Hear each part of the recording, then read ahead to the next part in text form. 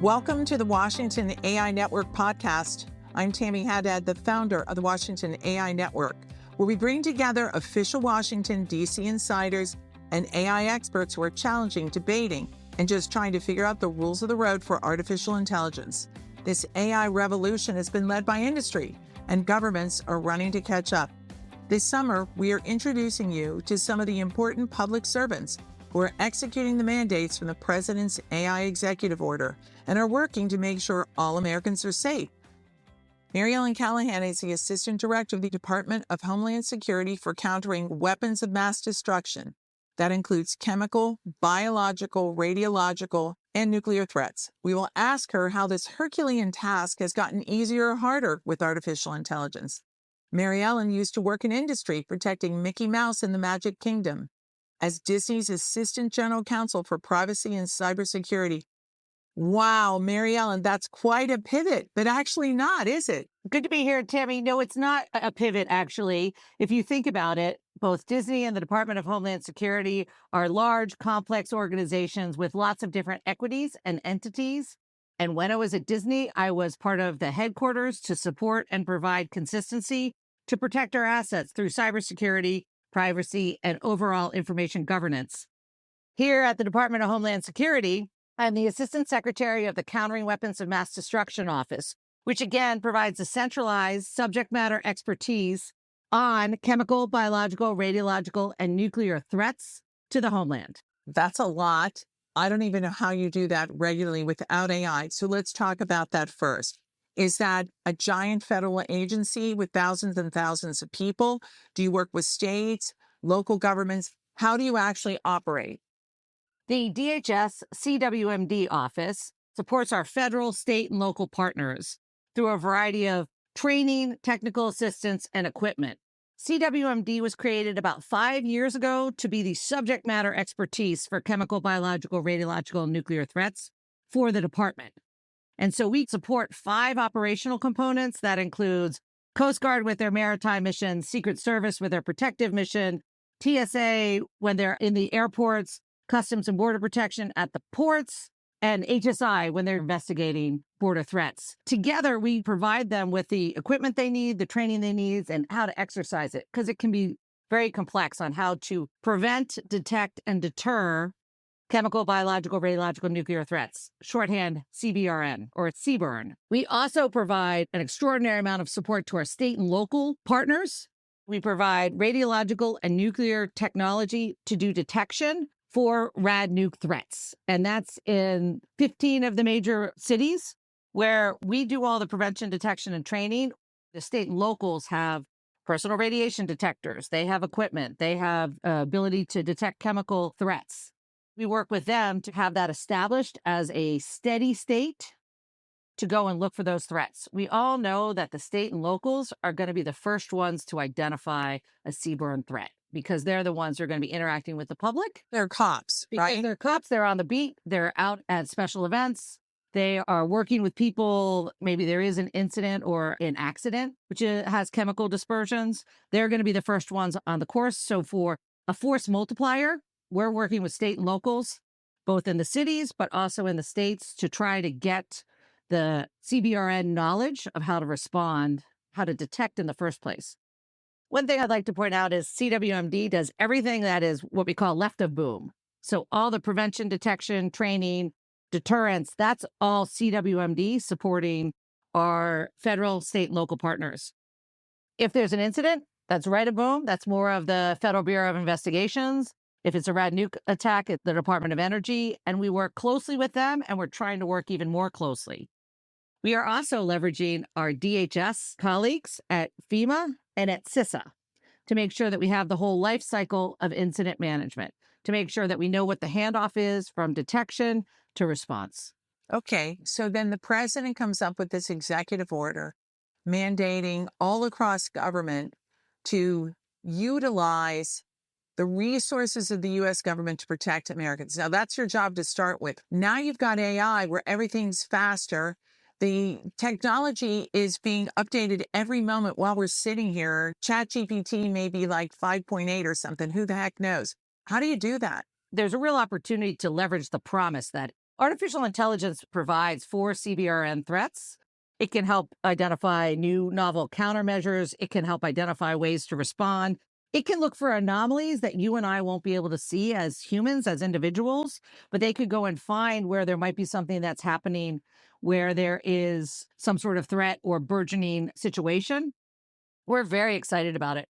The Department of Homeland Security overall is leaning forward with artificial intelligence. It's got 3 very vibrant pilots. And of course, the chief AI officer, Eric Heisen, is really leaning in on all this stuff. At DHS CWMD, we're using AI already for some of our detection capabilities. We talked about rad nuke detection. I don't want to say much more about that, but we are using artificial intelligence to really be as efficient as possible. And that's really the promise of AI. This report talks about how great it can be both to find new experiments or new opportunities, but also to go and find the bad guys sooner. With that said, the report also talks about the perils of AI and what the potential threats could be. So you have to put this report together so that there's this true analysis. And again, the technology is unfolding while we're here. How do you do that? It was a big group effort. As you said, the president asked the Department of Homeland Security to look at the CBRN threats and how to ameliorate them. The Secretary of Homeland Security came to us because we are the subject matter experts at CWMD. And what we did is we talked to every one of the major large language model developers. We talked to international allies. We talked to trade associations. We also talked to think tanks and academia to go and look at particularly the CBRN threats and how to address it, how to ameliorate it. And it really was a collective effort. We then socialized our findings throughout the interagency pretty extensively and repeatedly to make sure that we had the right lens on it. And what did you find? What we found out, let's start with the positive, right? AI has an extraordinary amount of promise and can really help us in the CBRN space. With that said, AI overall, as you mentioned, Tammy, is going to lower barriers to entry for everybody, whether it be good guys or malign actors. Right now, we have found that AI has not yet made creating a chemical or biological threat easier, but we wanted to put in guardrails, standards, and guidance now instead of in 5 years when there is more of an opportunity or risk, really wanting to foreshadow this and address it before it goes into action. In dealing with the companies that are controlling so much, do you give them a list? Here's the 5 things you should do. Are there more voluntary commitments to come? So you mentioned the voluntary commitments. About a year ago, the president and these large language model developers all signed the voluntary commitment. We're actually using those voluntary commitments as a springboard for this conversation. In the voluntary commitments, they all said, we want to provide safety and security. We want to specifically look at the high risk issues like chemical and biological threats. And they're the highest risk, right? Chemical and biological risks may not be higher, but they are probably more advanced in the development of AI for a couple of different reasons. One, there's more information available on the public web regarding biology, biological research, and compounds and recipes, so to speak. So that's already been ingested into the large language models already. Similarly with chemical, if I were to rate them on the maturity of how AI has fostered or developed, chem and bio are more mature than radiological and nuclear. Furthermore, the Department of Energy is doing a classified report on the rad nuke threat. So I'm ceding that specific information to the Department of Energy, where they can look at this. They obviously have extraordinary expertise in this area. And we're focused on the more near-term chem and bio risks.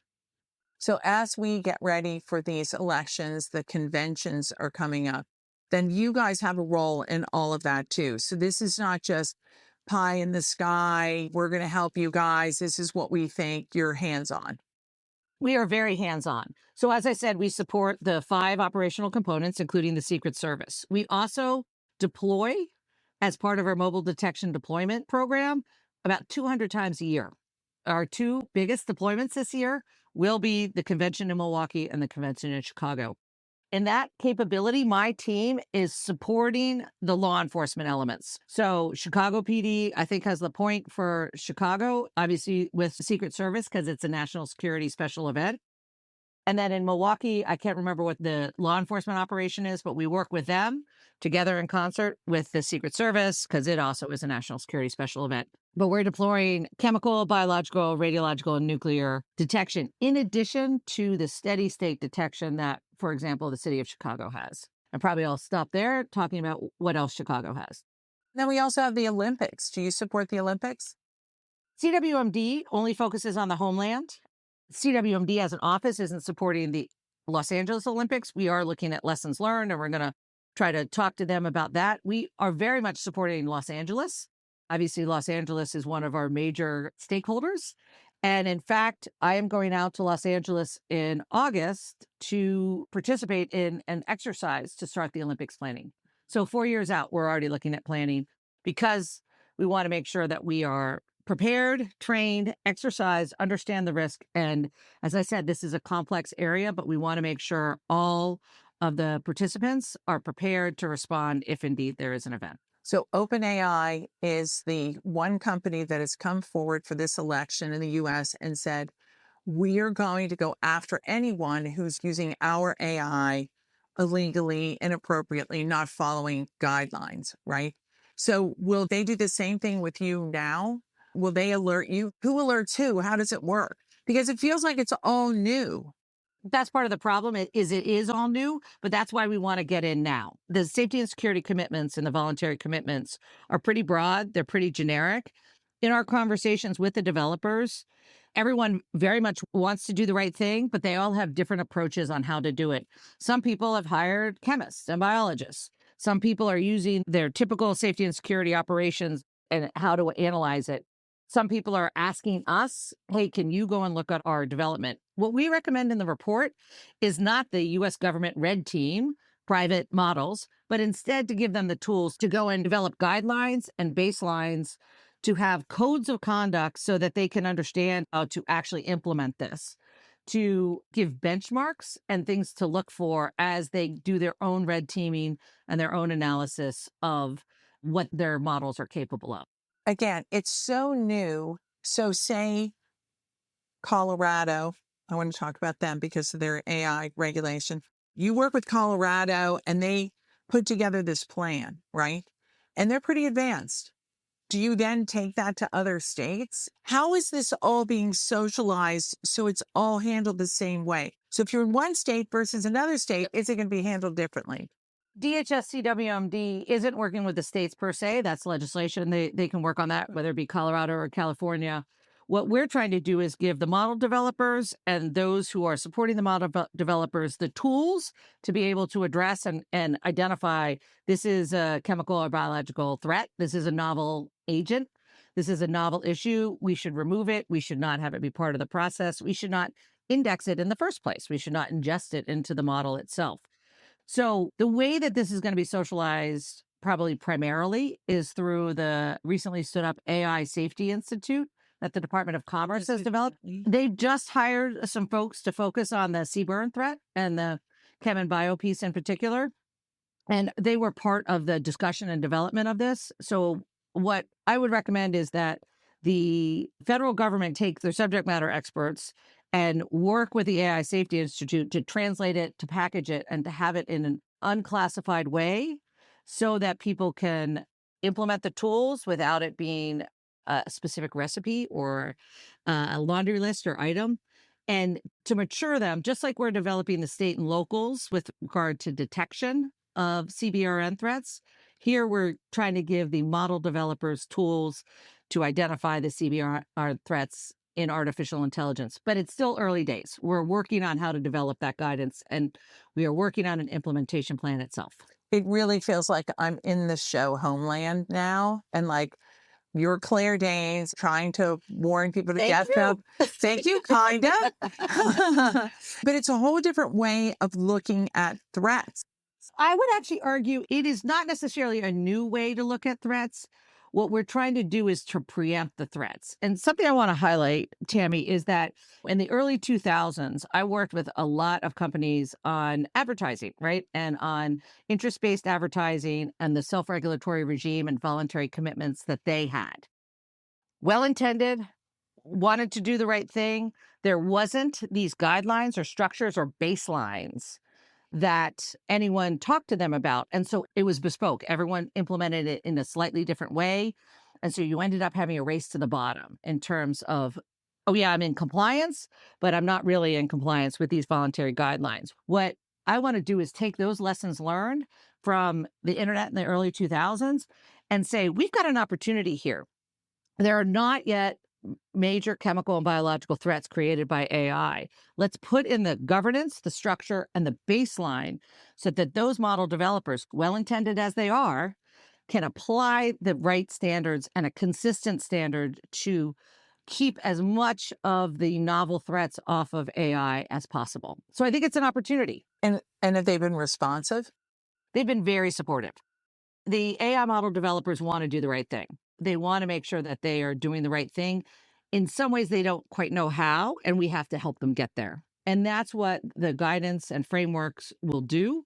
And that's also how we'll help the AI Safety Institute promote this and distribute it more as well. But just to your point, you're way ahead, and the Safety Institute is just getting up and running.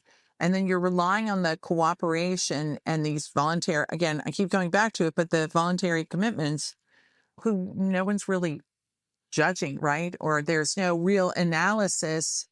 So I'm going to draw the analogy to ad serving in the early 2000s. You have to explain what ad serving is. Interest-based advertising, I think everyone knows what interest-based advertising is because we all get those ads on the internet. And there was a self-regulatory scheme to avoid legislation in order to say you can provide an opt-out, you've got to disclose what's being advertised, what the process is, and so on, primarily in browsers back in the early 2000s. And everyone agreed to the self-regulatory regime, to these voluntary commitments, but there was really not a real enforcement mechanism to it. And there weren't standards that were promulgated per se. There were standards, but they weren't. They were wide. They were wide, exactly. And so everyone applied it in a slightly different way. What I want to help model developers do is understand what the risks are. I also want to create a culture of responsibility. And I think that this is the opportunity to do it. We're in the early stages of artificial intelligence and its impact on everything we do. So let's make sure that not just the model developers, but the people who are providing the inputs, the people who are allowing people to do research as a result of the AI, that everyone's thinking about what the risk is. That culture of responsibility to do it at this point, early on. Voluntary commitments could lead to some legal impacts. I don't want to speak as a lawyer because I'm not one in this job, even though I am one in my spare time. So there could be enforcement mechanisms of that. But here we're just trying to help train and develop people so that they can have the right standards in which to apply the right risks and rewards. And what about new regulations? Are there regulations you're looking for?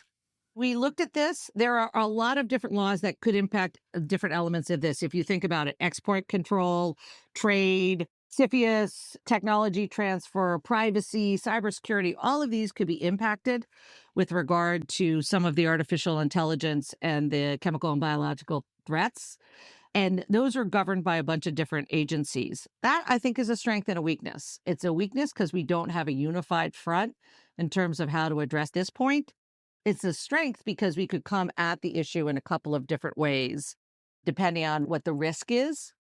The DHS Secretary, Mayorkas, has said that regulation is really a reactive model, and it isn't nimble. It doesn't respond to novel threats. And so I think the priority here is first to go and get the standards and subject matter expertise, to go and work with the model developers in the voluntary commitment vein, to look at existing regulation and legislation that we can leverage if there's an enforcement action, whether it be civil, criminal, whatever it would be. And then I think only after the gaps are identified, we could then look to Congress or look to modify regulations to help support it. But right now, we're trying to address the present risk and danger and trying to address it with what we have in our hands. Congress is really supportive of your department. I remember last year, it was a little iffy there for a while, but there's a huge endorsement. Does that mean there's a real understanding that this could go really bad and we have to have the protections and to use AI to do it? The Congress is very supportive of the department. For the Office of Countering Weapons of Mass Destruction, there was a risk that we would get terminated last year. Our termination has been suspended and we've been extended. There was a strong vote of support from the House, and we continue to thank Congress for their support. We were working on this AI CBRN report when we had the threat of termination. And I do think that this report itself and the way that we were able to integrate the developers plus the interagency plus the international community demonstrates CWMD value proposition. So I'm very proud of the report, particularly of when it came out, when we had that threat. I think everyone will understand that chemical, biological, radiological, nuclear threats are a low probability but a high impact option, and we need to be prepared for this. And we need to train and develop and try to address any novel threats coming out of artificial intelligence. Well, that's what was interesting. I'm sure it's painful for you to go back through all of that, but I have to say, just as someone in news, it was so interesting to see that members actually got this. This is about how our constituents live and how they want to live, and the way they want to live in a free society where they know they're protected. They could wake up every morning and be less fearful. Do you worry about the doomsdayers, about AI? Does that worry you? I will say, having worked on this report, I am less worried now than I was before. This report is intended to be clear-eyed and not alarmist. I've seen a lot of reports that have fairly breathless language in the headings. And what we're trying to say is AI's here. AI is going to lower barriers to entry. It's going to lower barriers to entry for both ways that we can improve our lives and identify chemical and biological threats. And it's going to lower barriers to entries to bad guys. And what we need to do is deter and disrupt the bad guys while trying to help the good guys. And the way we do this is a culture of responsibility, a whole of community effort that everyone goes and agrees that these are the models on which we want to live. That's why I'm saying the voluntary commitments are a very strong foundation for that. They don't give specifics with regard to how to address a chemical risk versus how to address a biological risk, but they do say this is important and we've got to provide this framework, and to have everyone agree to this, our allies, the developers, the academia, for them to also identify if they're seeing something as people are developing, have everyone work together to address this holistically. And I'm not going to say I'm optimistic because I'm never optimistic, but I think this is the right time. That's how you got that job. Weapons of mass destruction. I bet you're a lot of fun at a party. Do people walk away when you tell them what you do? They usually laugh. They usually laugh at the title. And then they say, oh, okay. And then they leave. No, they feel safer because they're with you because you're there. That's it. That's usually the conclusion. If you're here, it's okay. Can't get up and leave in the middle of a party or a black tie dinner, right? There's nothing worse in Washington than you're in someone from the agency or Secret Service or takes a phone call and the whole room turns around. But for you, people would be running from the room. The good news is I don't think I'm as famous as any of the other people that you mentioned.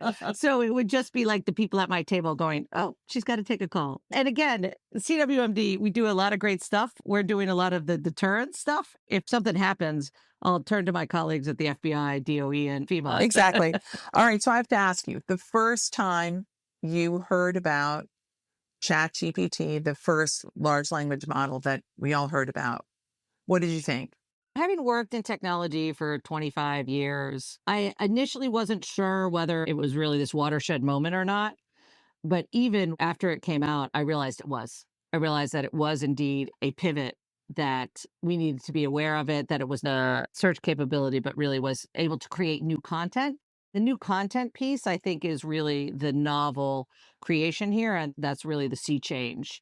And that's why I want to address the new content for chemical and biological threats now. And also for government, right? It's a game changer for anyone that has to process tons of paper and even write a report. Did you use AI in writing your report? We did not use AI in writing the report. I know that some of the people who worked on the report did use it to test it out. None of that content got into our actual report. It was all my team who did extraordinary work on this big lift. Well, we thank you and we thank them. And I will look for you at parties all the time now or any sort of event. Thank you so much, Mary Ellen Callahan, Countering Weapons of Mass Destruction on behalf of the United States government and the American people. Thanks for being here at the Washington AI Network podcast. Thanks, Tammy. Thank you for listening to the Washington AI Network podcast. Be sure to subscribe and join the conversation. The Washington AI Network is a bipartisan forum bringing together the top leaders and industry experts to discuss the biggest opportunities and the greatest challenges around AI. The Washington AI Network podcast is produced and recorded by Haddad Media. Thanks for listening.